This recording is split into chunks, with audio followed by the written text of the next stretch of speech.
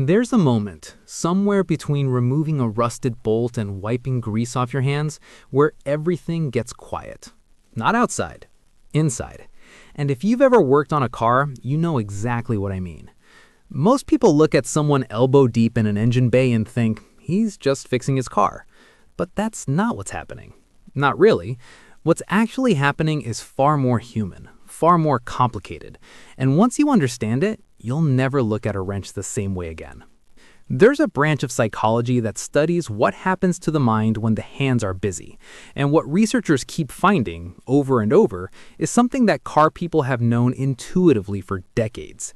When you think something broken outside of you, something broken inside of you starts to heal too.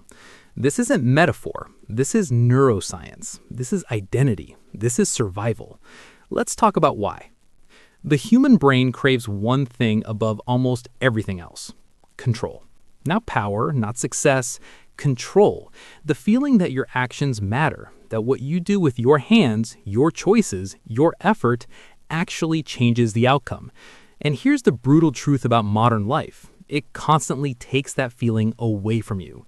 Your job doesn't always reward your effort. Relationships don't always make sense. The world moves in directions you didn't choose and couldn't predict. And somewhere along the way, quietly, without you even noticing, you start to feel like nothing you do actually matters. That's where the car comes in. A broken car is one of the few remaining honest things in this world. It doesn't lie to you. It doesn't give you mixed signals. It doesn't change the rules halfway through. If something is wrong, there's a reason. If you find that reason and fix it, it works. That's it. That's the deal. And for a mind that has been living in chaos, in uncertainty, and emotional noise it can't quite name, that simplicity is not just satisfying. It's medicine.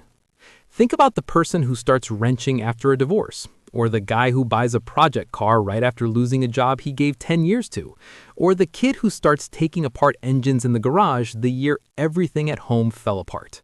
We call it a hobby, we call it a passion, we call it he's really into cars. But look closer. What they're really doing is rebuilding a sense of agency, rebuilding the belief that broken things can be made whole again, that effort is not wasted, that they are not wasted. There's a psychological concept called self-efficacy, your belief in your own ability to succeed at something. And research shows that when self-efficacy collapses in one area of life, humans instinctively seek it somewhere else, somewhere manageable, somewhere with clear feedback. A carburetor doesn't care about your past. A timing belt doesn't judge you. The engine either runs or it doesn't, and you are the one who made it run. That moment, that first crank of an engine you brought back to life, that's not just mechanical, that's deeply, profoundly personal. There's also something happening at the neurological level that's worth understanding. When your hands are engaged in focused, repetitive, skilled work, something shifts in the brain. The prefrontal cortex, the part that obsesses, overthinks, replays every mistake, it quiets down. And dopamine, the brain's reward chemical, releases not just when you finish, but while you work. Every small win, every bolt that comes loose, every part that slots back into place. It's a rhythm, a meditation, a conversation between your hands and your mind, where the mind, for once, doesn't get to complain. Car people talk about flow states without ever using those words. They say things like, I just lose track of time in the garage. Or, it's the only place I feel like myself. Or the most honest one, I don't know, I just feel better after.